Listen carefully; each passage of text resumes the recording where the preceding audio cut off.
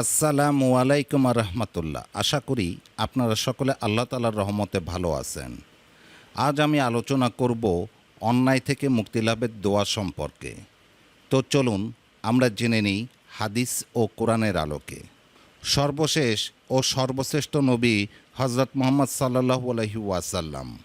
দুনিয়াতে যারা তার দেখানো পথে চলবে, পরকালে তারা জান্নাতে যাবে।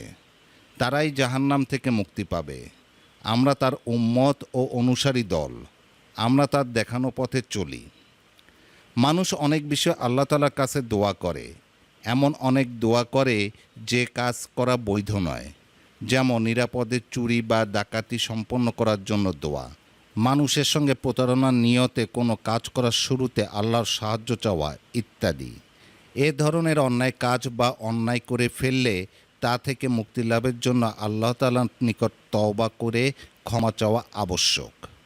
হযরত নূহ আলাইহিস সালামের ছেলে কেনান যখন তার অবাধ্য হয়ে প্লাবনের সময় নৌকায় আরোহণ করেনি, তখন প্লাবনের ঢেউ তাকে ডুবিয়ে দিল।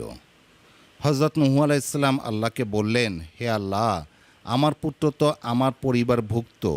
তখন আল্লাহ বলেন, নূহ যে তোমার কথা শোনে না, সে তোমার পরিবারভুক্ত নয়। তখন নূহ আলাইহিস সালাম নিজের আবদার ও দোয়া যে সঠিক পদ্ধতিতে হয়নি তা বুঝতে পেরে উক্ত দোয়ার মাধ্যমে ক্ষমা চেয়েছিলেন।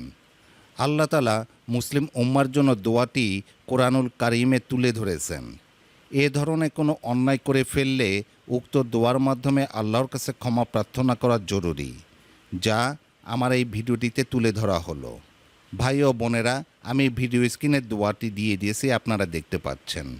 সূত্র সূরা হুদ আয়াত ৪৭।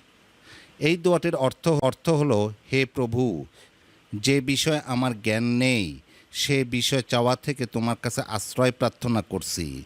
তুমি যদি আমাকে ক্ষমা না করো, দয়া না করো, তাহলে আমি ক্ষতিগ্রস্তদের অন্তর্ভুক্ত হয়ে যাব। আল্লাহ তাআলা আমাদের সকলকে যে কোনো অন্যায় থেকে মুক্তি পেতে উক্ত দোয়াটি বেশি বেশি পড়ার ও আমল করার তৌফিক দান করুন। আমিন।